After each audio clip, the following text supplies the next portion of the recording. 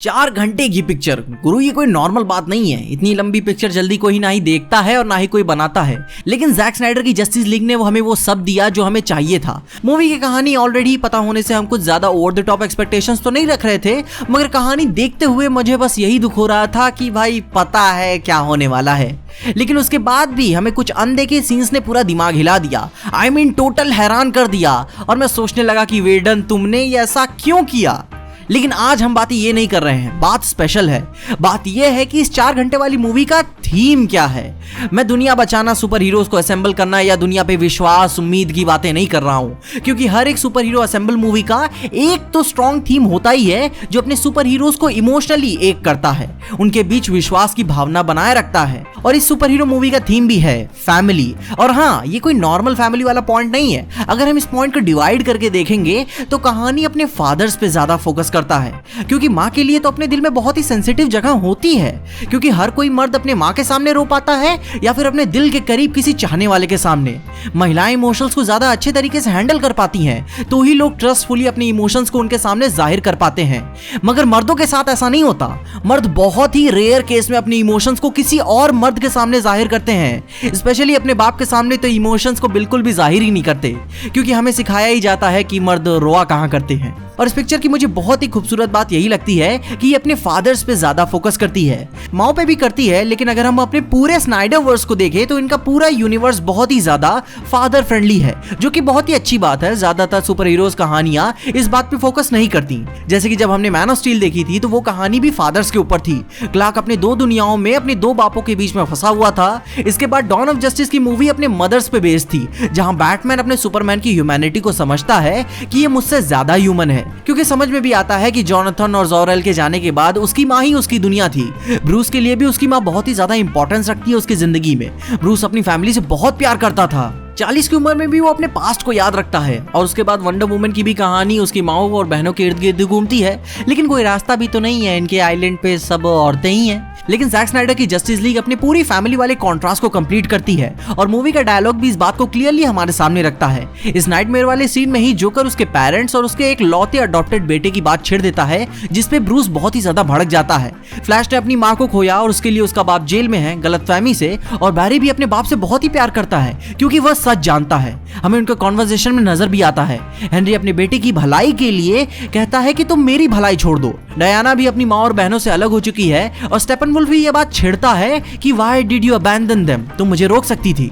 और ये भी बहुत ही इंटरेस्टिंग सी कहानी है कि पूरा थेमस्केरा आइलैंड भी फेमिनिस्ट है। इनकी स्टोरी मैंने अपनी इस वीडियो में समझाई भी है कि कसम से बहुत ही नफरत करती है मर्दों से, और इस नफरत की शुरुआत के जिम्मेदार भी मर्द ही थे। खैर, मूवी में एक्वामैन भी 2 दुनियाओं के लोगों में फंसा हुआ है, जहां वो अपनी माँ से डिस्प्लीज्ड और गुस्सा है, क्योंकि जब उसे अपनी माँ की जरूरत थी तो वो वहां पे नहीं थी। साइबॉर्ग की कहानी यहाँ पे थोड़ी सी इंटरेस्टिंग है, क्योंकि हमें इसके बारे में बहुत कुछ जानने को मिलता है, और माँ कसम यार बड़ी फीलिंग्स देखने को मिलती है हमें इसमें। साइबॉर्ग होने के बावजूद भी इसके पास दिल है। इससे अपनी माँ को खोने का इतना दुख हुआ कि अपने बाप से नफरत करने लगा, मगर कर ही क्या सकता है, बाप था ना। फैमिली के नाम पे इसके पास तो बस यही बच गए थे, वरना इसे अपना कहने वाला बचा ही कौन था। और हाँ, बेशक सुपरमैन मेजॉरिटी ऑफ कहानी में मिसिंग ही रहा, मगर जिंदा होने के बावजूद भी इसने फैमिली को चुना। लुइस और अपनी माँ के साथ फिर से यूनाइट हुआ, जहां पोटेंशियली मैं कह सकता हूं कि लुइस प्रेग्नेंट हुई होगी, क्योंकि इसकी प्रेगनेंसी टेस्ट वाली मशीन पे कुछ ज्यादा ही फोकस किया गया है। दोनों की शादी होगी या ना होगी यह तो मैं कंफर्मेशन से नहीं कह सकता, मगर हाँ, लुइस माँ जरूर बनेगी, क्योंकि ये अंग्रेज साले हमसे 2 कदम आगे ही चलते रहते हैं। और जैसे हमें ये बाप वाला डायलॉग कहानी में सुनने को मिलता ही है, जहां जॉनथन केंट और जोरेल दोनों कहते हैं कि इस दुनिया को प्यार करो जैसे हमने तुम्हें किया है। साइबॉर्ग भी अपने फैमिली वाले दुख को तभी रिकवर कर पाता है जब उसने मदर बॉक्सेस के टेम्पटेशंस को रिजेक्ट किया। वो ये एक्सेप्ट कर लेता है कि उसके माँ बाप और उसका शरीर अब जा चुका है, वो उसे वापस नहीं ला सकता। मगर इसका मतलब ये नहीं है कि वो टूटा हुआ और अकेला है। और ये बात खाली साइबॉर्ग तक ही लिमिटेड नहीं है, लीग के मेंबर्स ने भी इस लेसन को वन वे और अनदर सीख ही लिया। मगर कहानी में वो साइबॉर्ग ही था जिसके थ्रू हमें ये सब पता चला कि कैसे उसने अपने आप को एक्सेप्ट किया, माफ करना सीखा और कुछ अच्छा करना सीखा। और ठीक उसी तरह ब्रूस भी है, जो कि बहुत ही ट्रबल्ड इंसान है पूरे जस्टिस लीग में, मगर उसे भी सुकून मिल ही गया। मगर उसके लिए उसे काफी वजन घटाना पड़ा। इसने जस्टिस लीग तो बना ली, और सबसे बड़ी बात, उन्हें एक किया, एक टीम बनाया उन्हें। मार्शियन मैनहंटर भी उसे यही बात कहता है कि तुम्हारे माँ बाप को तुम पर गर्व होगा। और ये बात कहानी की फैमिली वाला कॉन्ट्रास्ट बस यहीं खत्म नहीं हो जाता।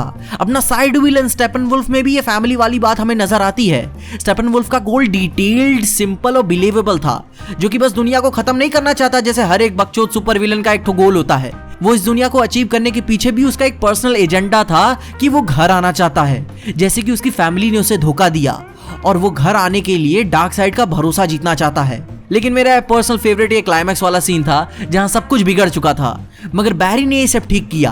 और बैरी ने इस दुनिया को बचाने के लिए, लीग के लिए या फिर दुनिया या लोगों के लिए सब नहीं किया, उसने अपने बाप के लिए दुनिया को बचाया। और लास्ट में दौड़ते दौड़ते वो ये बात कहता भी है। इस मूवी का एपिलॉग भी सिर्फ फादर्स को ही डेडिकेटेड है, a father twice over. Cyborg के फादर ने उसे 2 बार जिंदगी दी और वो अपने बेटे से हमेशा प्यार करते रहे। कहानी खत्म होने के बाद भी आर्थर अपने फादर से ही मिलने जाता है। बैरी भी अपने फादर को खुशखबरी देने जाता है कि उसे नौकरी मिल गई जहां उसका दिल चाहता था, और उस बात से उसके बाप को खुशी और गर्व दोनों होता है कि मेरा बेटा जिंदगी में आगे बढ़ रहा है। सुपरमैन और बैटमैन दोनों ही मार्था के घर होते हैं जिस चीज ने उन्हें एक किया होता है, माँ ने। तो हाँ, मैं ये बात कहूंगा कि इस मूवी का थीम फैमिली पे बेस्ड है, मगर ये फादर्स पे ज्यादा फोकस करती है। I mean, पूरा स्नाइडरवर्स ही इस बात पे फोकस करता है, मगर इस बात में बुराई ही क्या है? आपको कैसा फील हुआ मूवी का ऐसा कॉन्ट्रास्ट देखने के बाद, जैसा हमें फील कराता है ये फादर्स और फैमिली को लेकर? कमेंट्स उसके बारे में मुझे जरूर बताएं। और हाँ, मैं जानता हूँ आप मेरे से इस कहानी को लेकर और कई सारी चीजें एक्सपेक्ट कर रहे होंगे, और मैं बस यही कहना चाहूंगा कि अभी तो हमने बस शुरू किया है। और अगर आपको इस वीडियो में देखे कुछ भी अच्छा लगा, खुशी हुई और मजा आया तो लाइक मार दो इस वीडियो को। इस चैनल पे कहीं से भी नए आगे हो तो सब्सक्राइब तो मार देना इस चैनल को। और अगर आपको वीडियो ज्यादा ही पसंद आ गई तो अपने दोस्तों शेयर कर देना। मेरे इंस्टाग्राम और ट्विटर हैंडल्स आपको नीचे ही डिस्क्रिप्शन में मिल जाएंगे। और देखते रहिए पीजे एक्सप्लेन।